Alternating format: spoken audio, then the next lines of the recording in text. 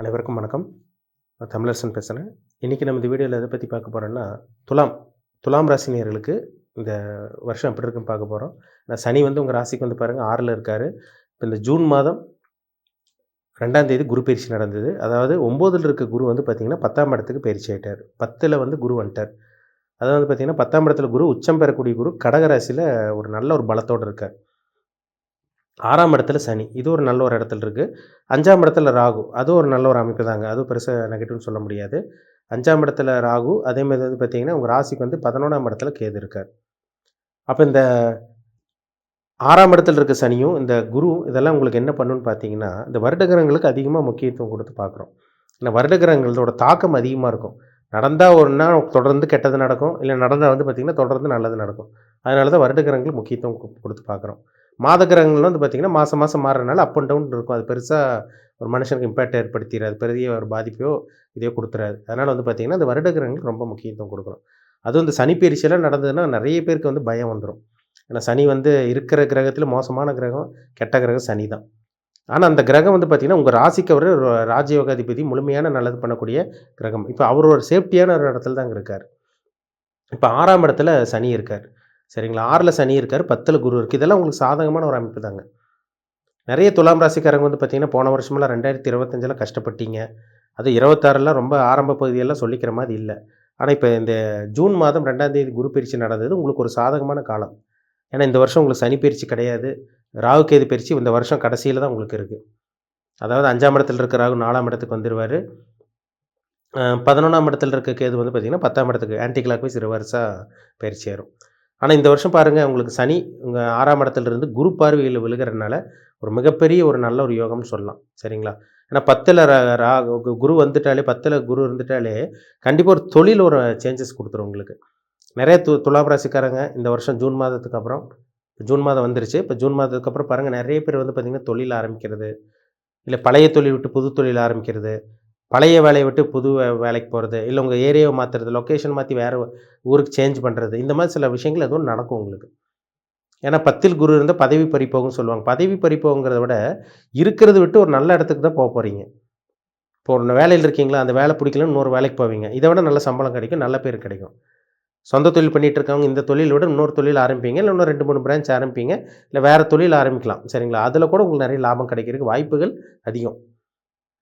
இது ஒரு மாற்றத்தை கொடுக்குங்க. பொதுவாகவே 10ல் குரு வந்துட்டாலே ஒரு மாற்றத்தை கொடுத்தே தீரும். அதில் சந்தேகமே கிடையாது.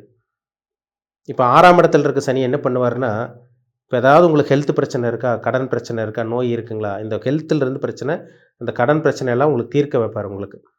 அது குருவோட பார்வையும் சனி மேலே விழுகுது. இது உங்களுக்கு ரெட்டிப்பு பலன் உங்களுக்கு. இது உங்களுக்கு ரொம்பவே நல்லதுன்னு சொல்லலாம். இப்போ 6ஆம் இடத்துல இருக்க சனி என்ன பண்ணுவார்னா, ஒரு நல்ல ஒரு மருந்து, ஒரு நல்ல ஒரு மருத்துவம், ஒரு நல்ல ஒரு டாக்டரோ, நல்ல ஒரு மருந்தும் உங்களுக்கு தெரிய வரும். அது மூலமாக உங்களுக்கு நோய் குணமாகக்கூடிய அந்த சந்தர்ப்பங்கள் உருவாகும், வாய்ப்புகள் உருவாகும். கடன் அதிகமாக இருக்குங்க சார், ரொம்ப கடன் தொல்லை இருக்குது, எங்களால் முடியவே இல்லை, என்ன பண்ணுறதுன்னே தெரியல, மாதம் மாதம் சமாளிக்கிறதுக்குள்ளே போதும் போதுன்னு இருக்குன்னு சொல்கிறவங்களுக்கெல்லாம் அந்த கடன் சுமை கொஞ்சம் கொஞ்சமாக கம்மியாகி உங்கள் பிரச்சனை தீர்த்துக்க முடியும் உங்களால். அதேமாதிரி கோர்ட்டு கேஸ் பிரச்சனை, எதிரி தொல்லை, அசிங்கமானம், அதேமாதிரி வந்து பார்த்திங்கன்னா பங்காளி பிரச்சனை, அண்ணன் தம்பி பிரச்சனை, சொந்தக்காரங்க பிரச்சனை, கோர்ட்டு கேஸ் பிரச்சனை, அப்படி கேஸ் அப்படி இழுத்துகிட்டே போயிட்டுருக்கும் பார்த்தீங்களா, அதுக்கு ஒரு தீர்வு கிடைக்கும் இந்த டைமில் உங்களுக்கு. கோர்ட்டு கேஸ் பிரச்சனையிலேருந்து தீர்வு கிடைக்கக்கூடிய நல்ல ஒரு காலமாக இந்த ஜூன் மாதத்துக்கு அப்புறம் உங்களுக்கு அமைய போகுது. அதனால் கவலையப்படாதீங்க. அந்த ஜூன் மாதமே பாருங்கள், குரு உச்சம் பெறக்கூடியது அங்கே அமைப்புங்க. 2ஆம் தேதி வந்துருச்சு உங்களுக்கு. 9ஆம் இடத்துல இருக்க குரு, 10ல் இருக்க குரு வந்து பார்த்திங்கன்னா ரொம்ப பவர்ஃபுல்லாக உங்களுக்கு இருப்பார். அது 6ஆம் இடத்தை குரு பார்த்துடுறாரு. அப்போ சுப கடன் உருவாகும், தேவையில்லாத கடன் விலகும், எதிரி விலகுவாங்க, நோய் உங்களோட உடம்புல விட்டு உங்களை விட்டு விலகும். இதெல்லாமே ஒரு சாதகமான காலம். முக்கியமாக சொல்லப்போனால் வேலை. ஏன்னா 6ல் சனி இருந்துட்டாலே, குரு பார்த்துட்டாலே நல்ல ஒரு வேலை நல்ல ஒரு வேலை கிடச்சிரும் உங்களுக்கு. நீங்கள் ஒரு முதலாளியே நல்ல ஒரு லீடராக இருக்கீங்கன்னா கண்டிப்பாக உங்களுக்கு ஒரு நல்ல ஒரு வேலையாட்கள் வந்து கிடைப்பாங்க இந்த டைமில். இதெல்லாமே இந்த 6ஆம் இடத்துல இருக்க சனி, குருவோட பார்வையில் இருக்க சனி கண்டிப்பாக கொடுக்கும்.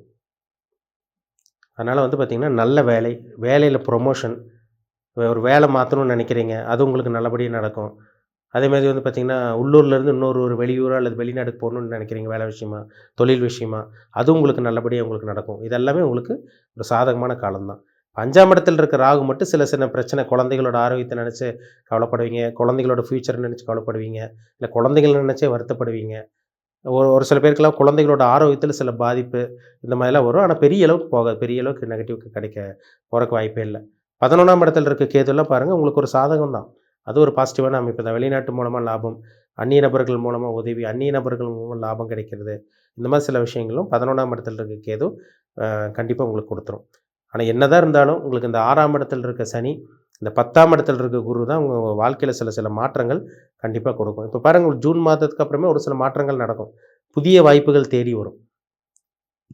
பணத்த சம்பாதிக்கக்கூடிய அந்த சந்தர்ப்பங்கள் உங்களுக்கு உருவாகும். நெறைய பேர் வந்து பார்த்தீங்கன்னா, கடன் அதிகமா இருக்கு. தொழில்ல கடன் வச்சிருக்கீங்க. அத இன்னொருத்தர்ட்ட வாங்கி அத வட்டி கட்டி, இன்னொருக்கு வாங்கி அத வட்டி கட்டி அப்படியே வ வட்டி மேல வட்டியே போயிட்டு இருக்குன்னு சொல்லிட்டு இருக்கவங்கலாம் நெறைய துலாம் ராசிக்காரங்க. அப்படியே வாழ்க்கை அப்படியே ரொட்டேஷன்லேயே போயிட்டு இருந்திருக்கும். இதுக்கெல்லாமே தீர்வு ஒரு முற்றுப்புள்ளி கிடைக்கக்கூடிய ஒரு நல்ல ஒரு நேரம், காலம் இந்த காலம் தான் உங்களுக்கு. சரிங்களா? அந்த ஜூன் மாதத்துக்கு அப்புறம் பாருங்க நெறைய மாற்றங்கள் நடக்கும். ஏன்னா ஒரு சில பேத்துக்கு ஜூன் மாதம் ஸ்டார்ட்டிங்லேயே நல்லா நடந்துச்சுன்னு சொன்னீங்க. சார் பரவால்ல கொஞ்சம் ஒரு சில விஷயங்கள்லாம் நடந்தது. பரவால்ல நல்ல விஷயங்கள்லாம் நடக்குதுங்க சார். கொஞ்சம் வேலை விஷயமா, தொழில் விஷயமா அப்படியே கொஞ்சம் சுறுசுறுப்பா அப்படியே கொஞ்சம் சூடு பிடிக்க ஆரம்பிக்குதுன்னு சொன்ன துலாம் ராசிக்காரங்க நெறைய பேர் இருக்காங்க. அதனால வந்து பார்த்தீங்கன்னா, இந்த 10ஆம் இடத்துல இருக்க குரு கண்டிப்பா ஒரு வருமானத்த குடுத்துருவாரு உங்களுக்கு. ஏன்னா அவர் 2ஆம் இடத்தையும் பார்த்துடுறாரு. அவர் 4ஆம் இடத்தையும் பார்த்துடுறாரு. அவர் 6ஆம் இடத்தையும் பார்க்குறாரு. அப்ப கேட்ட இடத்துல கடனும் உங்களுக்கு கிடைக்கும். மெயினா சொல்லப்போனாங்க பணத்துக்கு கஷ்டப்பட மாட்டீங்க. எப்படியும் பணத்த சமாளிச்சுருவீங்க. ஏன்னா 2ஆம் இடத்த குரு பார்க்குறாரு. 5ஆம் பார்வையா 2ஆம் இடத்த குரு பார்க்குறாரு. அப்போ திருமண வாய்ப்பு. லவ் பண்ணிட்டு இருக்கவங்க மேரேஜ் சக்சஸ் ஆகுறது. அது லவ் மேரேஜா இருந்தாலும் சக்சஸ் ஆயிரும். அரேஞ்ச் மேரேஜா இருந்தாலும் வெற்றி தான். வீட்ல குடும்பத்தில நிம்மதி இருக்கும். குடும்பத்தில சலசலப்பு, சண்டை, சச்சரவு, மன உளைச்சல் இருந்துட்டவங்களுக்கெல்லாம் குடும்பத்தில ஒரு நிம்மதி கிடைக்குங்க. போராட்டமான வாழ்க்கை வாழ்ந்துட்டு இருந்தவங்களுக்கு, அந்த போராட்டத்திலேருந்து முற்றுப்புள்ளி வைக்கக்கூடிய நல்ல ஒரு நேரம் தான் இந்த நேரம். அப்ப குடும்பத்தில நிம்மதி, மன நிறைவு கிடைக்கும். மன நிம்மதி கிடைக்கும். தேவையான அளவுக்கு பணம் வரும், வருமானம் வரும். உங்களுக்கு என்ன தேவையோ அதுக்கு உண்டான பணம் வரும். வர வேண்டிய டைம்ல கரெக்ட்டா வரும். நல்லா சம்பாதிப்பீங்க. அடுத்தவங்களோட உதவி கிடைக்கும். அதேமாரி வந்து பார்த்தீங்கன்னா, நல்லா பிசினஸ் பண்ணி நல்லா சம்பாதிச்சு சாதிக்க போறீங்க. ஏன்னா 10ஆம் இடத்துல இருக்க குரு 6ஆம் இடத்தையும் பார்க்குறாரு, அவர் 4ஆம் இடத்தையும் பார்க்குறாரு. சுகஸ்தானத்தையும் பார்க்குறாரு. அப்ப நிம்மதின்னு ஒண்ணு இருக்குங்க. பொதுவாவே குரு 4ஆம் இடத்த பார்த்துட்டாலே நிம்மதி கிடைக்கும். ஏன்னா சுகத்த குறிக்கிற இடம் 4ஆம் இடம் தான். ஒரு மனுஷன் அலைச்சல், திருச்சல் இல்லாம ஒரு நிம்மதியான ஒரு வாழ்க்கை, நல்ல ஒரு சாப்பாடு, நல்ல ஒரு தூக்கம், நல்ல ஒரு இடம் இது இருந்தாலே போதும். அந்த ஒரு வாழ்க்கை இந்த வருடம் துலாம் ராசிக்காரங்களுக்கு நிச்சயமா அமைஞ்சிரும். ஒரு சில பேத்துக்கு புதுசா வீடு வாங்குறது, நிலம் வாங்குறது, ஒரு ப்ராப்பர்ட்டி வாங்குறது, ஒரு இடத்த வாங்கி போடுறது, அதுக்கப்புறம் அந்த இடத்தோட வேல்யூ அதிகரிக்கிறது, இந்த மாரி சில விஷயங்கள பார்க்க போறீங்க. இந்த வருடம் மேக்ஸிமம் துலாம் ராசிக்காரங்களுக்கு ஒண்ணா 2 வீலர், 4 வீலர் வாகனம் வாங்கலாம், இல்ல இடம் வாங்கலாம், இல்ல ஒரு அபார்ட்மெண்ட் ஃப்ளாட் வாங்கலாம். இல்ல வந்து பார்த்தீங்கன்னா, ஒரு ஒரு இடம் வாங்கி போடுறது, இந்த மாரி வீடு இடிச்சு ஆல்டரேஷன் பண்றது, இந்த மாரி சில விஷயங்கள் துலாம் ராசிக்காரங்களுக்கு அமையும். சரிங்களா? 6ஆம் இடத்த குரு பார்க்குறதும் உங்களுக்கு ஒரு சாதகமான காலம் தாங்க. சரிங்களா? அதுவும் உங்களுக்கு ஒரு நல்ல ஒரு காலம் தான். நல்ல ஒரு வேலையில, நல்ல ஒரு பொசிஷன்ல, மன நிம்மதியான ஒரு வேலையில கண்டிப்பா உங்களுக்கு கிடைக்கும். வேலையில அந்த இருந்து வந்த மன உளைச்சல், வேலைப்பளு, ஒர்க் டென்ஷன், ஒர்க் லோட் இது எல்லாமே இந்த வருஷம் கொஞ்சம் கம்மியாயிரும். பிசினஸ் ரீதியா நீங்க நல்லா இருப்பீங்க ஆனா.